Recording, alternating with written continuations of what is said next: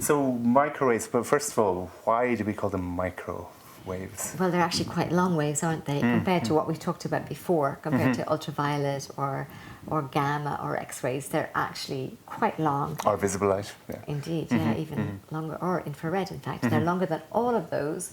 They're about 30 centimetres to 1 millimetre. The So 30 centimetres, yeah. that long, 1 millimetre, so that's, I mean, it's not exactly micro because we can actually see these things, and unlike what we've been looking at before, which is nanometers. Exactly. Yeah. So they're called micro because they were originally considered in terms of radio waves, which are very, very long. Radio waves can be hundreds of meters long, and so they were considered a type of radio wave, micro within that context. Okay, so within the family of radio waves, they're the smallest. Yeah. Okay, and in fact, although as radio waves, they were used quite early, weren't they? They were used by radar.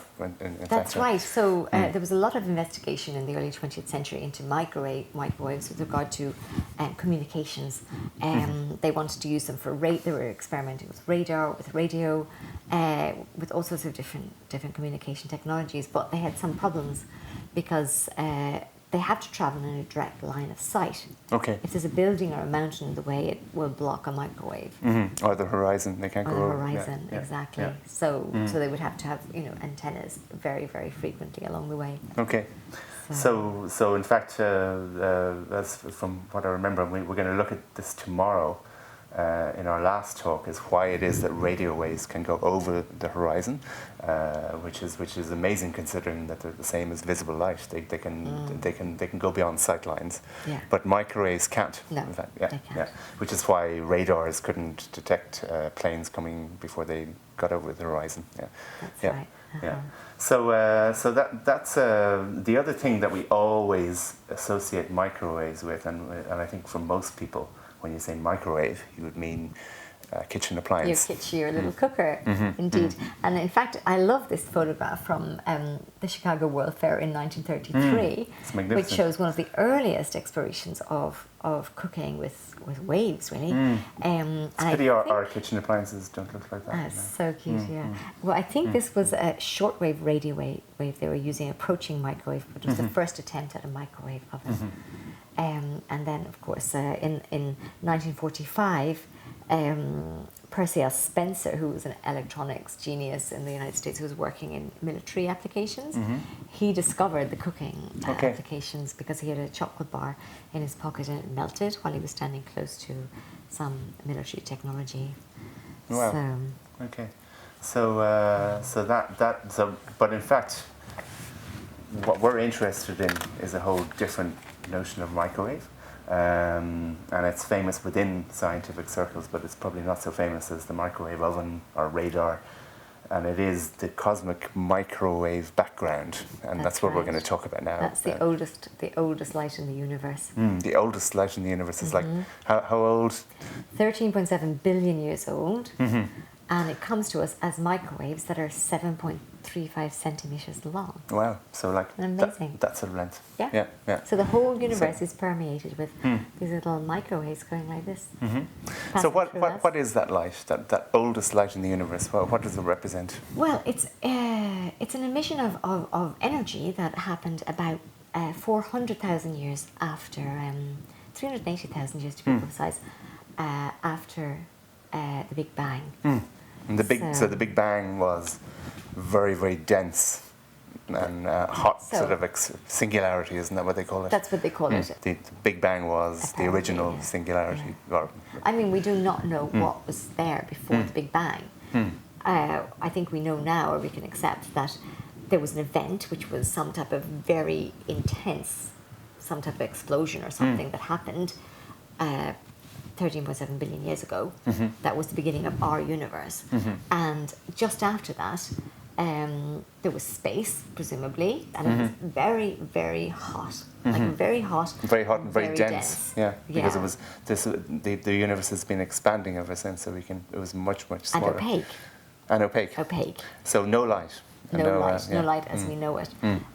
What there was this sort of, what they call a soup.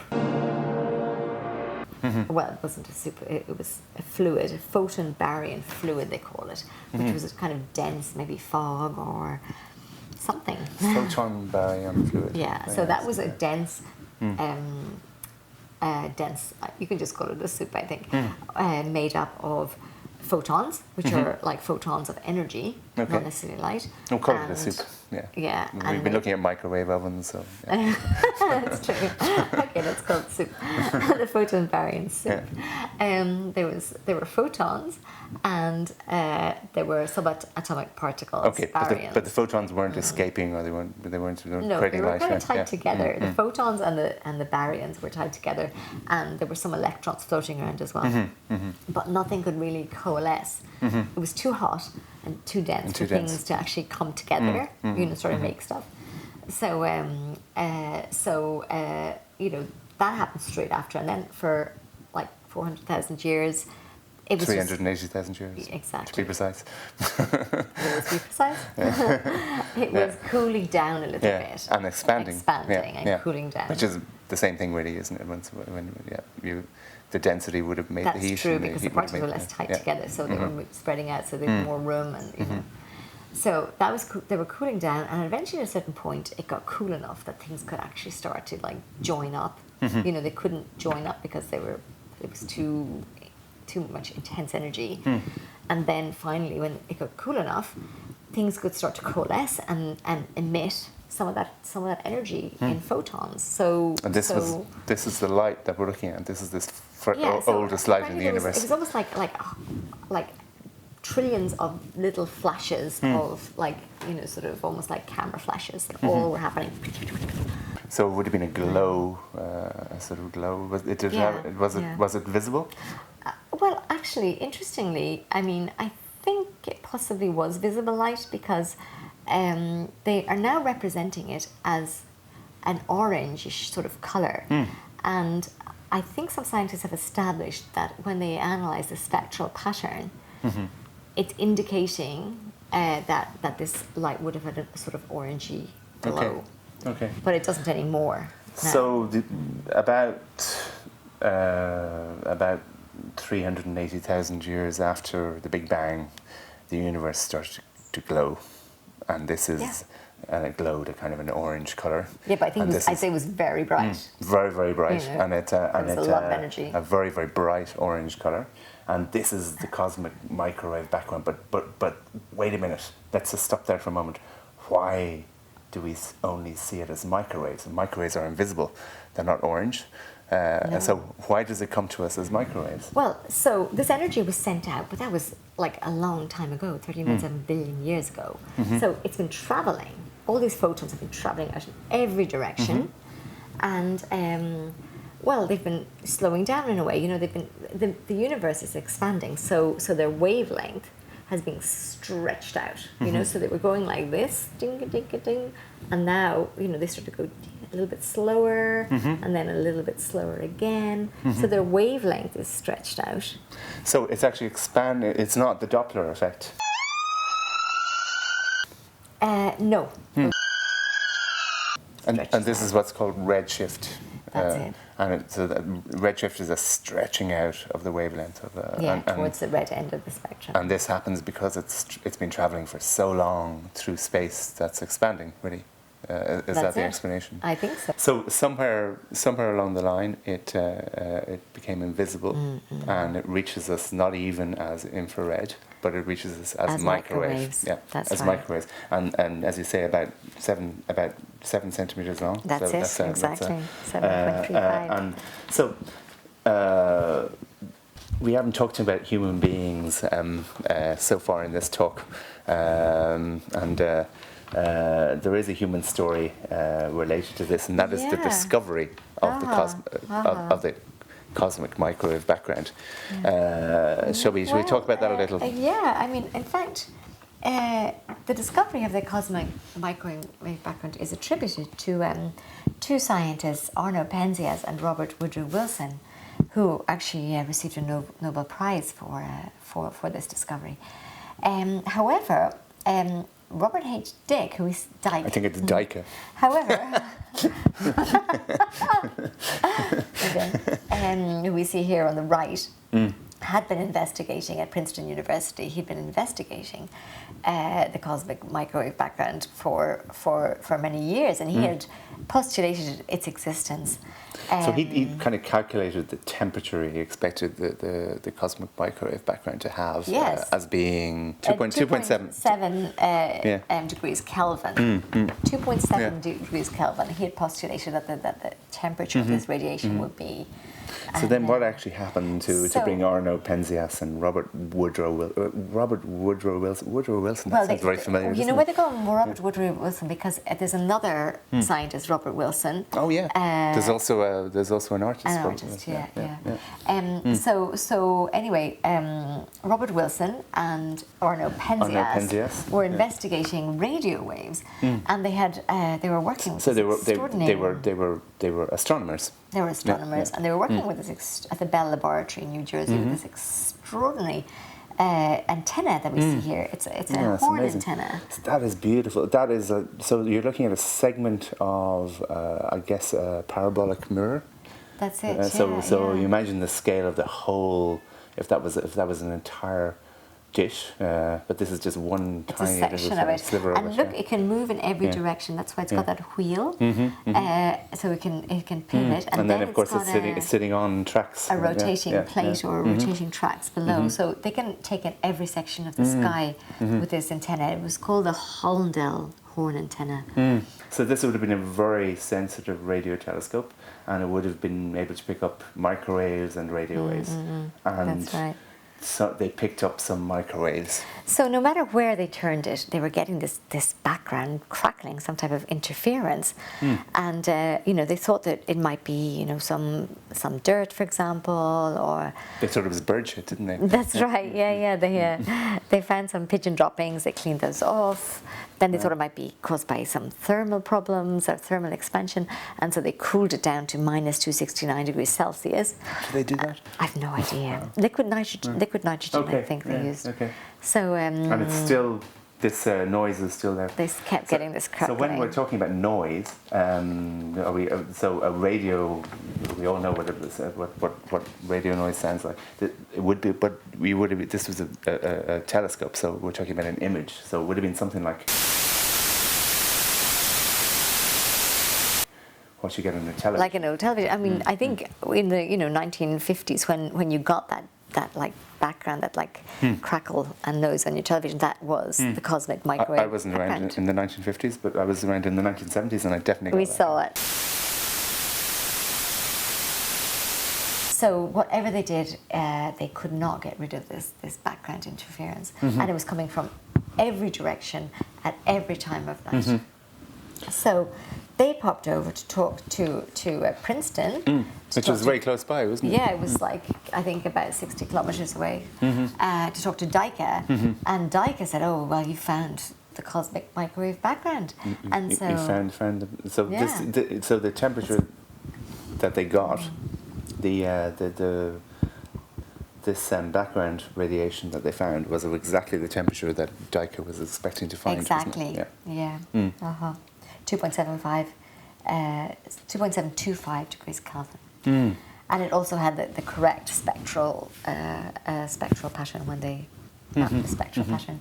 So in this story, Dyke would have been the theorist, and he was of course hoping to eventually investigate this. Well, he was already building an antenna to try and capture this, and these guys jumped ahead of him. And they weren't really involved in the research. They just happened by hazard, a little bit like a lot of these stories happen, to find it before him. And they ended up being awarded the Nobel Prize for this, and they got the Nobel Prize for this discovery, and poor old Dyke didn't. Dyke got nothing.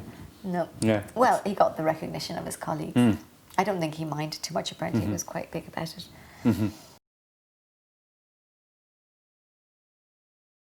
The cosmic microwave background. So you could imagine the background as being just this sort of background noise, really. A crackle. But in fact, what a different way of looking at it instead of a background noise, it's as a backdrop to the universe. Like a curtain on a stage. So if you imagine all the stars and all the galaxies, and behind them is the cosmic microwave background, and it is the furthest thing away from us in any direction. And it's 13.7 billion light years away, which is the furthest away that you can see. Because before that... So what's behind it? We don't know. Before that is the Big Bang, and it's invisible. It's invisible behind that. But what's really interesting in this amazing sketch here is that that the Big Bang, one would have imagined, was at the centre. So this would be a sketch where you're just considering that the centre is the observer. And as you look out into space, you're also looking back in time. So the closest star that you see 10 years ago.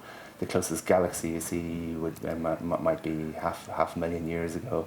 Then you go all the way back into billions of years ago, and finally you see proto-galaxies. Then you see darkness, and then finally, if you have a radio telescope that can receive microwaves, you see this event that happened 13.7 billion years ago in microwaves. Wow. And then you see nothing beyond, because that is the sky. It's inky blackness there. And then there's nothing. There's no other light that comes to us beyond that. It's interesting actually, because you've noted here on the thing it says 13.7 billion years ago, and then we're talking about 13.7 billion light years away, and of course a light year is the time it takes, the amount of light that travels in a year. So in actual fact, time and space are kind of exchangeable in that idea, aren't they? Except that we're leaving out one thing, which is that space has been expanding since then, of course. Yeah, of course. So in this particular model, we're taking a shortcut a little bit, because we're not considering expanding space. So the space between us and the... You'd have to do an animated drawing for that to really express it. So it's a difficult idea to imagine, but we're talking about all the photons that have travelled to us for 13.7 billion years. Okay. You take every one of them, and all of them have travelled in a straight line to this one point in space that we're looking at. And if you put the set of all of them together, it makes a sphere. Okay. Well, that's the essential thing. It makes the surface of a sphere. That's right. Yeah, that's the essential thing, is that all of these photons have travelled uninterrupted. I mean, if they had hit into anything else, then they would no longer have been coming in a straight line from that point. And we wouldn't see them. Incredible. Yeah. So what we're talking about now is really the observable universe. All the stars that we can see, all the stars that are less, all the stars and galaxies that are less than 13.7 billion light years away from us, and then a horizon.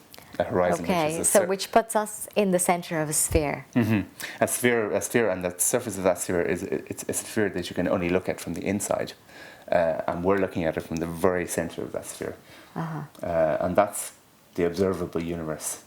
And so it's this concept of the cosmic microwave background as a horizon, but only a horizon, of course, if you're looking at it from this point of view. If you could travel, which we can't, all the way to... If you could travel 13.7 billion light years away to a point on that horizon, imagine that you could do that. You wouldn't find the cosmic microwave background there. The cosmic microwave background would shift as well. It would be 13.7 billion light years away from you there, and you'd have a different observable universe there. That's actually mind-blowing, isn't it? So, if we assume that some other civilization far, far away, beyond our horizon, is looking out at a horizon, the first assumption we would make is that it's something similar, just based on what we know, which would be the principle of mediocrity, really, that everything seems so even of what we see, that we assume it must continue that way. Is that a bit of an assumption? Well, it is a bit of an assumption. So this kind of resonates with this idea of the observable universe, where the observer is defining the horizon by being at the centre of this sphere. Well, that would always have influenced our work, our artistic work, that we had this notion, and we still have, that we like to put rather than have an observer, we like to put the participant at the centre of the experience. So the art doesn't exist without interaction of the observer. And so the eye of the observer is the very, very center of everything. Exactly, center of we only understand things through experience, I suppose. So, you come back to that old question, does the universe even exist if we're not looking at it? So just to remind you that the reason why we're interested in these things as artists, these are essentially scientific facts, but as artists we're very interested, and we're planning a show called Invisible Light, which is going to be in the Crawford Gallery in the autumn, and which will then go on to Dubai next year. For Expo 2021, which was 2020 before. And the idea of invisible light is that we're going to take on each of the forms of light in the electromagnetic spectrum, the invisible ones and even the visible one as well. So we're making a new artwork about each area of light. This exhibition these talks are part of the research, in fact, that we've done. We've learned so much about these areas because of this exhibition. And one of the things I want to look at is the whole question of representation, because these are very complex ideas to represent, aren't they? Yeah. So, I mean, obviously science has discovered enormous amounts about the cosmic microwave background, but for our microwave section of our invisible light, we want to take on the representation of the cosmic microwave background, because we're without being too critical, it's not a very inspiring image, is it really? Well, this is an image from the Hubble telescope, the Hubble observation station, I think. The Hubble telescope, I think. The Hubble telescope. Yeah. So this will be combined, an image, this will be a computer-generated image that's representing areas of temperature, essentially, higher or lower temperatures. So in fact there's very little variation, despite the fact that you're looking at deep blue, yellow, reds and greens. In fact, are you talking about what sort of temperature variation there? They're talking about a temperature variation of 0.0002 degrees. So it's really minor.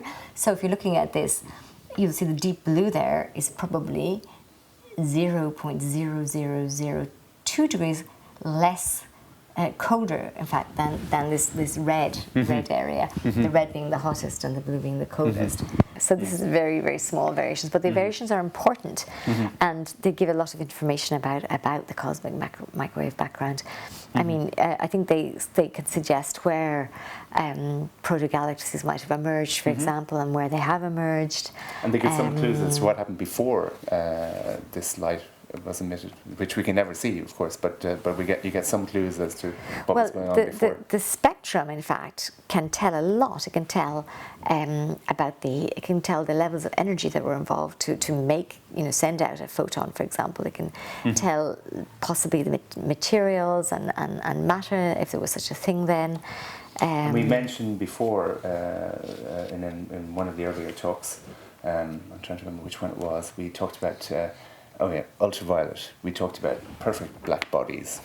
Yes. So this is a perfect black body. This is the closest thing to a perfect black body. So a black body is a body that will absorb all the radiation incident on it, and then will emit radiation with different spectra. So and a perfect black body emits right across the spectrum. That's right. That's right. So it seems that I think we have the curve here, which apparently is the closest thing to a perfect black body. I mean, it's very hard to represent, but this is using sort of visualization codes that we use to represent the Earth. So, there's mountains and sea. These kind of ways of representing usually represent mountains and sea. So it's very, very confusing. It's like a globe. It's like a map, really. Yeah. And in fact, the more recent survey that was done by the Planck Space Telescope between 2009 and 2013 gives us a much more detailed map. More detailed and more homogeneous. And the colours have changed, but that's just simply the colour coding of this, because we're looking at microwave. Well, I mean, I think it was a good decision to change the colour coding, because I think the previous the previous representation really does very much look like mountain, sea, and land, whereas this definitely looks like something different. This orange and blue. This is more like a cloud, more like a plasma. Yeah. But you were saying that in fact they did discover some quite significant variations. That's right. There's quite a few. Well, first of all, one of the main difficulties they had when they were trying to build this map was dealing with the Milky Way, because the Milky Way emits itself a lot of microwave radiation.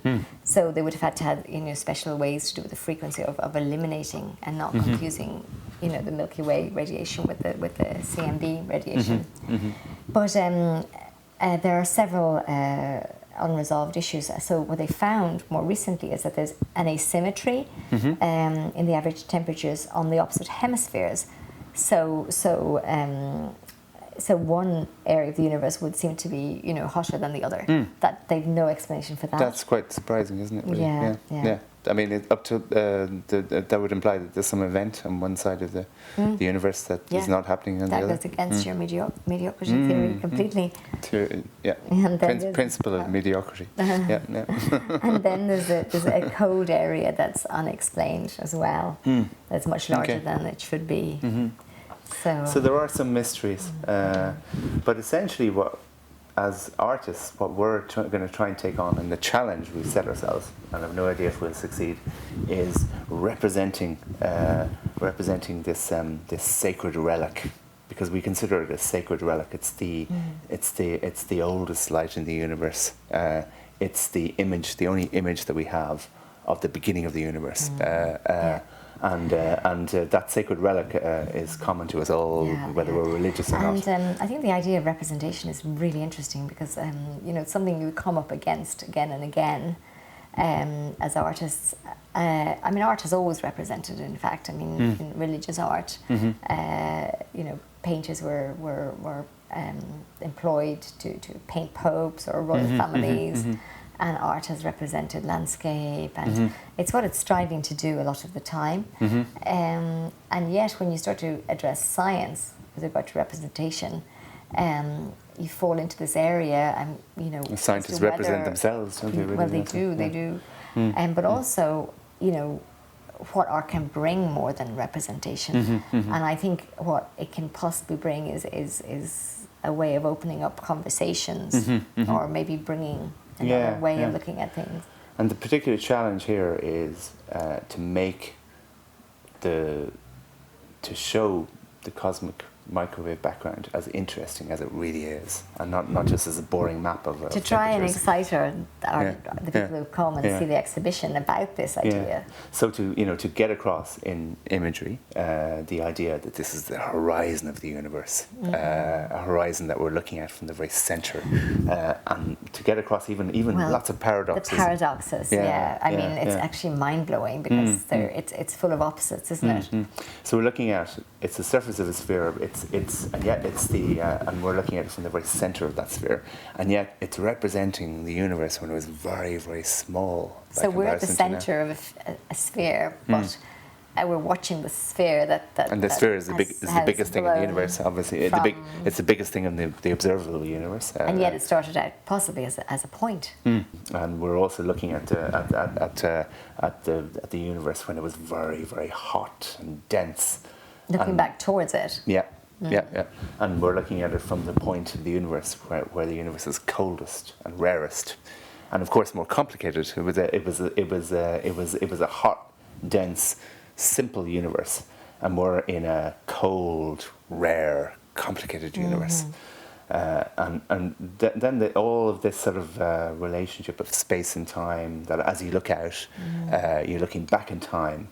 And that the radius of this sphere is the age of the universe. So a lot of beautiful concepts, and obviously we need to, in order to render them, we need to represent this in 3 dimensions somehow or other. And we need to represent the idea of the observer and the idea of the surface, and this surface that's only visible from the inside. Well, possibly there's nothing outside of it. Standard techniques are probably not really up to the job of representing this. Are they painting, sculpture? Well, we'll see. It's a challenge that we're going to try and take on. I hope we succeed.